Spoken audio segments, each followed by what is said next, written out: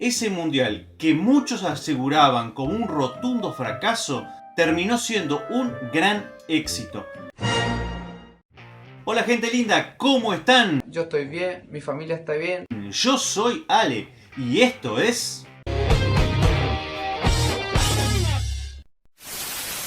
Bienvenidos a un nuevo capítulo de la serie Las Fotos Más. La idea del segmento, por si no lo conoces, es repasar lo mejor de un mundial a través de las fotos de los momentos que, a mi entender, marcaron ese campeonato. Hoy le toca el turno a Estados Unidos 94.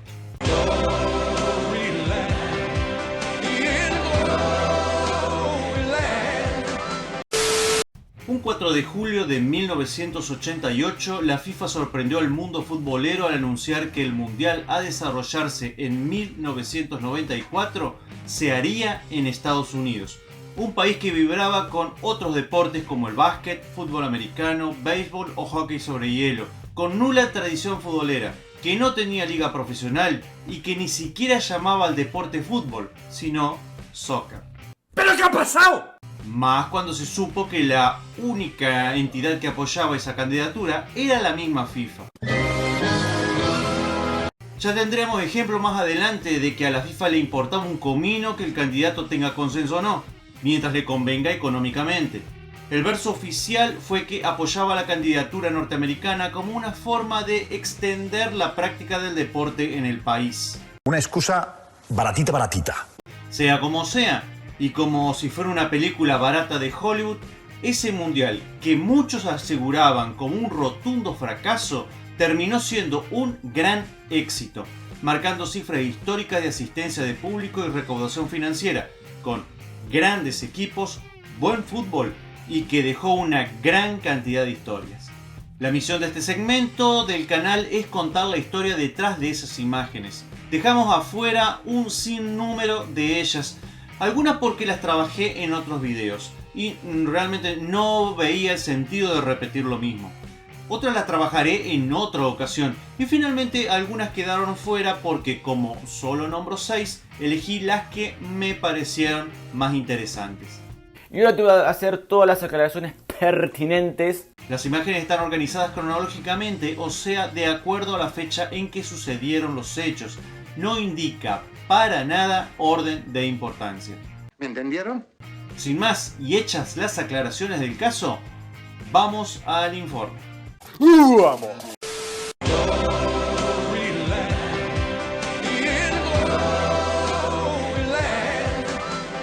Después de nada más ni nada menos que 45 años, Bolivia volvía a jugar un mundial. Las participaciones anteriores fueron realmente para el olvido. En 1930 se fueron sin marcar goles y recibiendo 8 en contra en 2 partidos. En 1950 le fue peor todavía, sin marcar goles y con 8 en contra, pero en un solo partido. Al Mundial Yankee llegaban habiendo hecho una gran eliminatoria venciendo en todos sus partidos de local, incluso a Brasil, y rescatando algún par de puntos de visita. El héroe de tal hazaña fue, sin dudas, el entrenador español Xavier Ascargorta, que a fuerza de táctica y un par de nacionalizaciones justas, le dio la solidez defensiva que le faltaba a una generación de grandes futbolistas como Milton Melgar, Erwin Sánchez, Julio Valdivieso, Carlos Borja, liderados por una de las últimas grandes apariciones del fútbol del altiplano en ese entonces, Marco Antonio "El Diablo" Echeverri. Luego de un par de sustos logran clasificarse a Estados Unidos, pero el fútbol, con ese sentido del humor extraño que tiene, los colocó a jugar el partido inaugural en Chicago, ni más ni menos que contra Alemania, el último campeón. Pero esta historia de infortunios empieza un poco antes. El 14 de noviembre de 1993, 7 meses antes del Mundial, la estrella boliviana El Diablo Echeverri se rompió los ligamentos de la rodilla jugando en un clásico con su club Colo-Colo frente a la Universidad de Chile, cuando pasaba quizás el mejor momento de su carrera, por lo que tuvo que empezar una recuperación a contrarreloj. Como se preveía en este tipo de lesión, lamentablemente para él y su selección no llegó al 100% desde lo físico para la Copa del Mundo, por lo que el debut lo vivió desde el banco de suplentes. Los partidos debut de los mundiales son especiales, ya que pueden ser un trámite o una tortura para los supuestamente candidatos. Y en este caso para Alemania estaba lejos de ser un trámite. Los bolivianos, con un juego cauteloso pero muy ordenado, complicaron más de la cuenta a los alemanes, que veían cómo los minutos pasaban, el calor hacía mella e iba tomando forma la sorpresa. Pero nuevamente aparece ese sentido del humor raro del fútbol. Klinsmann aprovecha un inoportuno resbalón de Carlos Truco y decreta a los 61 minutos el 1-0. A Bolivia no le quedaba otra que salir a buscar el empate, y Ascar Gorta quemó las pocas naves que le quedaban. Recordemos que eran épocas de 2 cambios. Echeverri a la cancha a los 79 minutos. No es porque hubiera cambiado mucho la situación, porque estaba entre algodones, pero se buscaba un golpe de efecto en la moral de sus compañeros. Y lo logró, pero al revés. En lo que pareció ser otra demostración del sentido del humor del fútbol, al tiempito de haber entrado se iba expulsado por tirarle una patada a Lothar Matthaus. Si era justificado o no, vaya a saber. El árbitro mexicano Arturo Bricio lo expulsó solo 4 minutos después de haber ingresado. Lo sancionaron con 2 fechas de suspensión, y como Bolivia no pasó a octavos, el Diablo no pudo volver a jugar en ese mundial. En realidad, en ningún mundial más, ya que hasta que Echeverri se retiró en el 2006, Bolivia no volvió a clasificarse a otro mundial, por lo que su participación se reduce a aquellos 4 minutos en Chicago. Bueno, pero algo es algo, ¿verdad? Pues peor es nada. Aunque él es consciente que no iba a hacer la diferencia porque no estaba bien desde lo físico.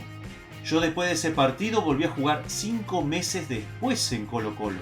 No estaba en condiciones. Arriesgué mi carrera. Uf.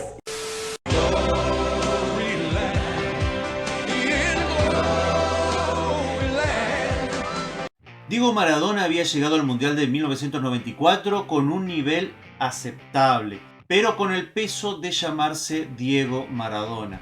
El técnico Alfio Basile confió en él como titular y capitán en el debut, y el 10 se la retribuyó con una buena actuación y un gol, el 3-0 frente a Grecia, luego de una combinación en velocidad de la que participaron el propio Maradona, Abel Balbo, Fernando Redondo y Claudio Canigia, que terminó con un zurdazo al ángulo de Diego que dejó parado al arquero griego, y que desató uno de los festejos más icónicos de la historia de los mundiales. Estás en lo cierto. Una celebración histórica tanto por la efusividad como, y lo sabríamos más adelante, por tratarse del último gol de Maradona con la camiseta de la selección argentina. Un gol festejado con un grito de rabia y desahogo hacia la cámara que lo estaba tomando, y que, como todo, hay un porqué detrás. A ver cómo se lo explico. Diego Maradona llegaba a su 4ª Copa del Mundo con 33 años, pero desde Italia 90 su carrera venía de manera bastante irregular. En 1991 fue suspendido por doping, lo que determinó su salida del Napoli. En el 92 regresó al fútbol español, después de su experiencia en Barcelona, para jugar en el Sevilla. Y en 1993 tuvo un paso fugaz por Newell's de Rosario. Pero esta historia, como la de Diego, es inseparable de la selección argentina. Sí o sí, no hay de otra. Por entonces el equipo de Basile era bicampeón de América, había alcanzado un récord de 31 partidos invicto y por juego y jugadores era gran candidato a clasificarse sin inconvenientes al Mundial Yankee. Pero como esto es fútbol y existen las sorpresas e imprevistos, las eliminatorias fueron más complicadas de lo previsto. ¡Oh, puta madre! Un par de victorias frente a Perú, puntos en el camino frente a Paraguay y 2 derrotas contra Colombia. La primera, que se llevó el invicto, y la segunda, la más recordada, que se llevó las certezas del proceso. Pero aquí no vamos a ahondar en eso. Luego de semejante derrota, el pueblo clamó a una voz la vuelta del capitán. el 10 acusó recibo del clamor popular y no solo jugó los 2 partidos de repechaje contra Australia, sino que 2 meses antes del Mundial inició una intensa preparación en un campo de Santa Rosa, La Pampa, en Argentina, bajo la supervisión del preparador físico Fernando Signorini, en condiciones muy alejadas del lujo con el que solía vivir Maradona. El entrenamiento fue feroz, pero con el objetivo de lograr la puesta a punto para acoplarse a un equipo que ya tenía grandes figuras y un funcionamiento que había probado que era eficaz. En este video te cuento un poco más sobre ese equipo. Y así, con toda esa carga emocional por las finales perdidas, las suspensiones, los escándalos, su enfrentamiento con el presidente de la FIFA, la autoexigencia para la vuelta y la tensión de los partidos contra el buen equipo australiano, Maradona llegó al Mundial Yankee.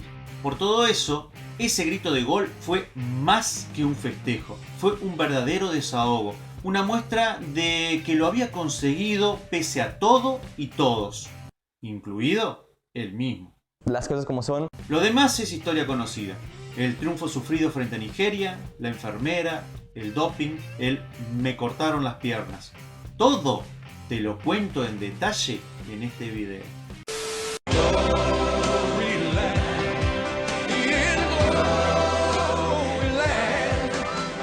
La primera participación de Rusia post-soviética en un campeonato mundial fue bastante decepcionante. Es para morirse. Encuadrada en el grupo B, tuvo que verse las caras con el siempre candidato Brasil, la revelación del mundial anterior Camerún y con una de las mejores generaciones de Suecia. La cosa ya había empezado torcida en la eliminatoria, donde quedó 3 puntos por detrás de Grecia, que ganó el grupo. Un grupo en el que fue sorteado Yugoslavia, pero como estaban suspendidos, no pudieron jugar y los rusos, con una campaña lejos de la esperada por los jugadores que tenían, pudieron ir al Mundial. En Estados Unidos la cosa no mejoraba. Derrota lógica en el debut contra Brasil, derrota no tan lógica contra los suecos en el segundo partido. El saldo tras 2 jornadas era de 2 derrotas, solo 1 gol marcado y 5 en contra. Es un desastre, de verdad. Pero por increíble que parezca, todavía había chances de clasificar a octavos. Increíble. Claro, debía ganar su partido contra Camerún por lo menos por 4 goles de diferencia y que Italia no ganara. Un escenario muy parecido al del mundial anterior, donde también en la última fecha debían enfrentar a los africanos. Pero volvamos al 94. La cuestión era muy complicada, ya que Rusia no era precisamente un equipo que se destacara por marcar muchos goles. Y encima Italia empataba su partido, lo que dejaba automáticamente fuera a los rusos. Y a la calle, ¡fus, fus! ¡Fuera! Por lo que salieron a jugar su partido tranquilos. Sin las presiones que supone la necesidad de clasificar, se vio tal vez lo mejor del combinado ruso. Al final del primer tiempo ya ganaba 3-0. Y acá entra en escena el héroe de esta historia, Oleg Salenko. Salenko, un ucraniano que jugaba en el Logroñés de España, ya había marcado el único gol de Rusia en la derrota contra los suecos. Sí, aunque ahora no lo creas, los ucranianos alguna vez jugaron para Rusia.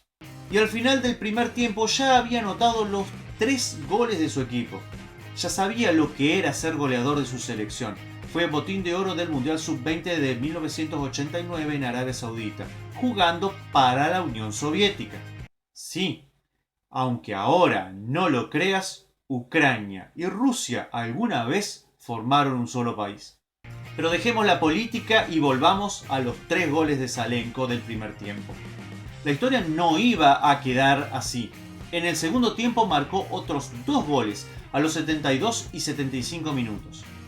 En ese momento apareció el anuncio en la pantalla y los altoparlantes del Estadio de San Francisco de que se había logrado un récord de la Copa del Mundo. Pero Salenko ni cuenta se dio de eso. Claro, me lo dijeron en inglés y el bueno de Oleg solo entendía ruso y algo de español, según confesaría al sitio de la FIFA. Lo cierto es que Rusia ganaba por un contundente 6-1, una victoria que sabía a poco. Como 4 años antes, los rusos goleaban a los africanos pero se volvían antes de tiempo a su país. Eso sí, gracias a sus 6 goles, Salenko consiguió el botín de oro de la FIFA. Su carrera lo llevaría por España, Escocia y Turquía sin demasiado suceso, retirándose en el 2001. Tampoco fue llamado a ninguna de las selecciones por las que podía optar, ni Rusia ni Ucrania, luego de ese Mundial de Estados Unidos. Raro. Al retirarse se dedicó a algunos negocios, pero tampoco le fue bien, contrayendo algunas deudas. Se dice que un jeque de Emiratos Árabes le ofreció $500,000 por su trofeo. Si lo vendió o no, no lo sabemos. Lo que sí sabemos es que hasta hoy no se sabe qué pasó con el bendito botín de oro de Salenko. Es un misterio. Luego se dedicó a comentar partidos para la televisión. En eso también fue noticia cuando, estando en vivo, se desmayó, aunque enseguida se repuso y siguió como si nada. ¿Qué ha pasado aquí? La carrera de Oleg Salenko no fue ni por asomo lo que se esperaba, pero aún así va a quedar en la historia como el único jugador hasta ahora en conseguir ser goleador de un mundial, marcando 5 goles en un solo partido.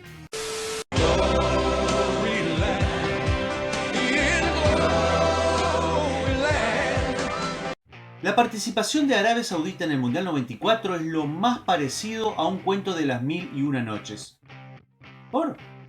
Te cuento. Si había una selección de la que realmente no se esperaba absolutamente nada, esa era la árabe. Y razones no faltaban.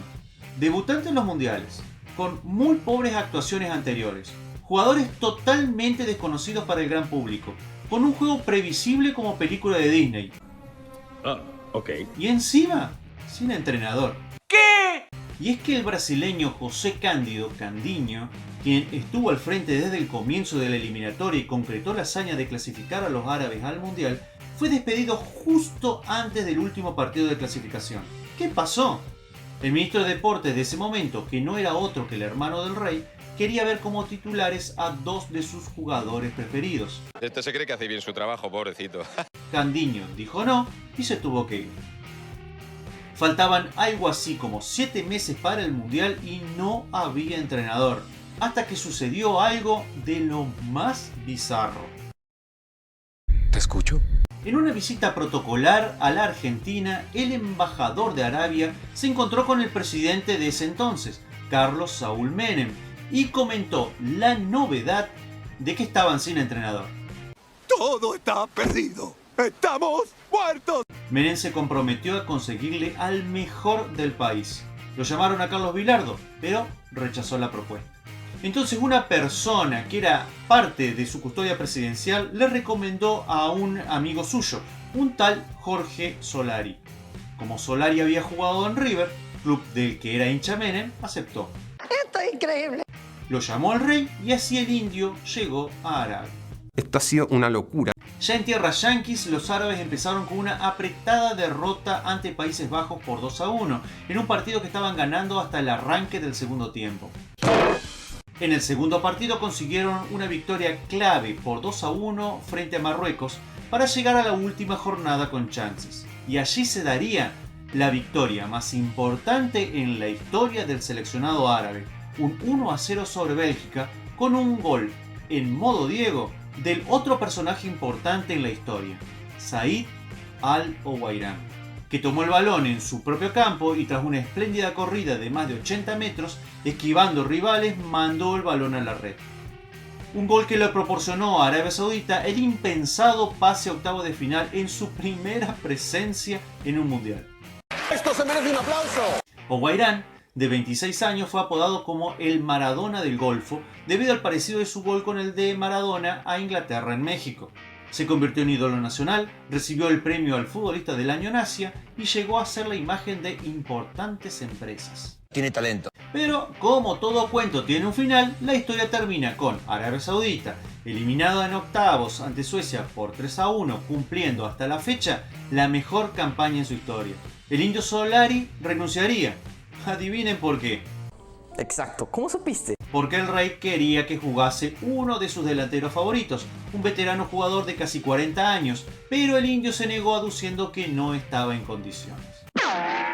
Y a Owairan se le subió la fama a la cabeza. En una concentración en el Cairo en 1996, Said fue visto en un club nocturno rodeado de chicas, por lo que la realeza árabe lo sancionó con 8 meses de suspensión por conducta no musulmana. Sin embargo, como lo necesitaban, el rey lo perdonó y pudo jugar el Mundial del 98. La mentalidad de estas personas yo no sé cómo es. Pero ni la selección ni Said mostraron el mismo nivel que 4 años antes. La decepción. Pese a su enorme calidad, las autoridades de su país nunca le permitieron jugar en Europa, así que se retiró en 1999 a los 32 años. Y de esta forma, así termina, como un cuento de las 1001 noches, la increíble historia de Arabia en el Mundial 94.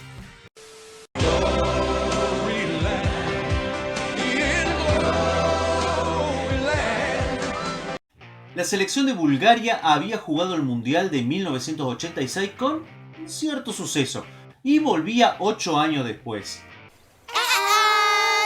Y aunque muchos no apostaban un peso por ellos, ahora era un equipo para tener cuidado. Cuidado. Eliminó a Francia en la clasificación, muchos de sus jugadores brillaban en las ligas europeas más importantes de ese entonces y sus estrellas estaban en el momento cumbre de su carrera, liderados por un descomunal Hristo Stoichkov. Formaban un equipo desordenado, pero muy respetable. Cuidado, cuidado. Aunque la cosa no empezaba muy bien. La segunda gran estrella del equipo, el goleador del Valencia, Ljuboslav Penev, fue baja por un tratamiento en un tumor en los testículos. Y el debut fue todo menos favorable. 0-3 contra Nigeria y con baile. Pero si algo tenía este equipo era maña y rebeldía. Ganaron los siguientes partidos frente a Grecia y Argentina y sacaron del camino a México. En cuartos venía Alemania y parecía que el sueño búlgaro se diluía porque faltaban 15 minutos. Los germanos ganaban 1-0 y con muchas chances de convertir el segundo. Pero, como goles que no se hacen se sufren, Stoichkov logra empatar el partido con un extraordinario tiro libre. 3 minutos después, la sorpresa. Llega el segundo. Búlgaros a semis, alemanes a casa.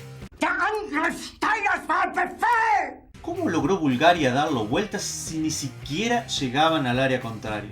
Bueno, dicen que el gato pierde el pelo, pero no las mañas. Y nunca más oportuna esta frase porque si Bulgaria se mantuvo en partido hasta el minuto 75 fue por la gran actuación del volante Jordan Lechkov y el arquero Borislav Mihailov, dos jugadores con mucha maña y experiencia en esta clase de encuentros y que tempranamente ya habían perdido su partido personal contra la calvicie. Lechkov, que pese a su apariencia veterana solo tenía 27 años, jugaba en el Hamburgo alemán. Era un volante rendidor de mucho despliegue que ya había marcado frente a Grecia.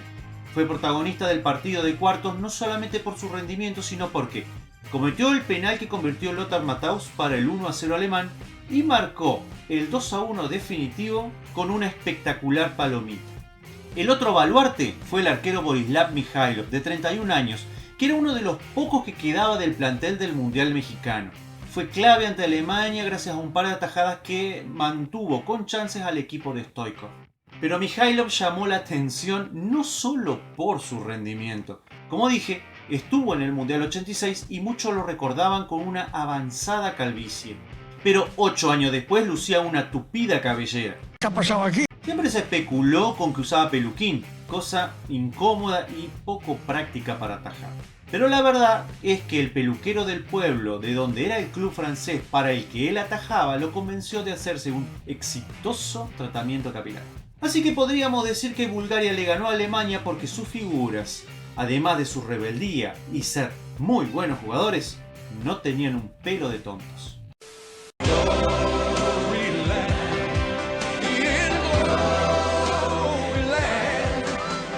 Italia llegaba a la final del Mundial a lo Italia, sin convencer. Sea por suspensiones, lesiones o bajo rendimiento, el afamado entrenador italiano Arrigo Sacchi no pudo repetir ni una sola vez la alineación inicial. El juego no convencía ni por asomo, pese a los grandes jugadores que tenía. Segundo, Le costó muchísimo clasificarse. Es cierto, en un grupo complicado que compartía con México, Noruega e Irlanda. Siguiente. Y siempre dio la sensación de estar al borde del desastre, como contra Nigeria, España o Bulgaria. Aún así, como Italia es Italia, iba pasando fases hasta llegar a la definición del campeonato. Y mucho mérito de ello lo tenía, atenti a este detalle, el recién nombrado Balón de Oro Roberto Baggio. Para aquellos italianos que creían en supersticiones, este hecho les ponía los pelos de punta. ¿Por qué? En este video te lo explico. Lo cierto es que hasta ese momento Il Codino, apodado así por una colita de cabello que solía llevar, fue vital para las aspiraciones italianas. El mediocampista de la Juventus parecía escaparle a la maldición, sea con sus goles o con algún pase de calidad que terminaba marcando la diferencia. ¿Demasiado poco? Puede ser, pero ahí estaba Italia, y ese era un hecho incuestionable. Y al que no le gusta, que se joda. Del otro lado estaba Brasil, pero no nos encandilemos. Aunque los aplausos y los flashes se los llevaban los Romario, Bebeto, Raí, Sinho, tan o más vital era el trabajo silencioso de los Taffarel, Dunga y quien era el verdadero motor del equipo, Mauro Silva. En definitiva, un equipo pragmático. No confundamos. No. Tanto italianos como brasileños eran muy buenos equipos. Lo que digo es que eran equipos que daban lo justo y necesario. Y nada más. La final se preveía pareja, y cuando esto sucede generalmente se deciden por detalles. Y en ese apartado parecía beneficiarse Brasil, ya que los dos emblemas de los italianos llegaban con lo justo de lo físico. ¿Por qué? Franco Baresi se había roto los meniscos de la pierna derecha en el segundo partido frente a los noruegos. Cuando se presumía que era baja por todo el campeonato, fue operado y llegó a la final. Increíble. Y el otro era el mismo Baggio. Para aquellos que creen en las supersticiones, Il Codino no pudo escapar de su destino. Había sufrido una lesión en el partido semifinal contra los búlgaros, 4 días antes, que lo obligó a infiltrarse para la final. Demasiada ventaja para Brasil, incluso uno tan poco brillante como el del 94. Lo ha dicho. Aún así, entre una Italia pragmática y un Brasil pragmático salió una de las finales más tediosas que recuerde. 120 minutos a puro bostezo. Así que se dio la novedad de definir por primera vez el título por penales. Te mando un beso grande. El primero en patear fue Franco Baresi. Le dio con la misma pierna de la operación y su disparo fue derecho a la tribuna. Marcio Santos no quiso ser menos y también erró. A la mierda, hombre. Albertini, Romario, Evani y Branco convirtieron dejando un 2-2 en el marcador. Taffarel le ataja a Massaro y Dunga convirtió para dejar todo 3-2. El quinto y último penal para Italia lo pateaba Baggio. Un trámite. A ver cómo te explico. Antes de ese, Roberto había anotado 45 de los 50 que pateó. Su penal fue digno de una película de Halloween. Brasil campeón. Cuando fui hacia el punto de penal estaba todo lo lúcido que se puede estar en esos momentos. Sabía que Taffarel se tiraba siempre, por eso decidí tirarlo al medio, a media altura, justo para que no pudiera despejarlo con los pies. Era una elección inteligente. Sin embargo, el balón, no sé cómo, se elevó 3 metros y se fue arriba. He fallado pocos penales, pero cuando los fallaba me los paraban, no se iban a las nubes. Punto para los que creen en la supuesta maldición del Balón de Oro. Aunque es más lógico pensar que la lesión, el calor, el cansancio y la tensión jugaron su papel. Sí, obvio. Ese penal no le hizo justicia ni al Mundial ni a la carrera de Baggio. Claro, el fútbol no es justo, pero la memoria sí lo es. Podría fallar tantos penales como patee, pero Roberto Il Codino Baggio ha sido un jugador único y no hay injusticia que pudiera evitar. Un crack, sin ninguna duda. Buenas noches. En síntesis, esto es lo importante. El primer mundial desarrollado en un país donde el fútbol importaba tanto como una sesión del Senado, dejó paradójicamente muchísimas imágenes. y cada imagen responde a una historia. Unas emotivas, graciosas, sorprendentes, otras trágicas, pero todas grabadas a fuego en la memoria de quienes lo vivieron y en la historia de los campeonatos mundiales. Gracias por quedarte hasta el final. Muchas gracias a todos aquellos que se han sumado esta semana a esta comunidad futbolera. Estoy profundamente agradecido y contento con todos ustedes. Y si te gustó el video, dame una mano, suscríbete, activa las notificaciones, recomendá el canal, comenta, pasate por los otros videos que vas a encontrar muchos otros temas interesantes. Acá te dejo mi Instagram para que vayas viendo un poco el movimiento del canal y las novedades. Y si querés apoyar el canal directamente siendo mi auspiciante, te dejo en la descripción también mi cuenta de Patreon, para que puedas aparecer por ahora en el zócalo del video. Abrazo grande y nos vemos en el próximo video. Un gran adiós para todos. Los amo.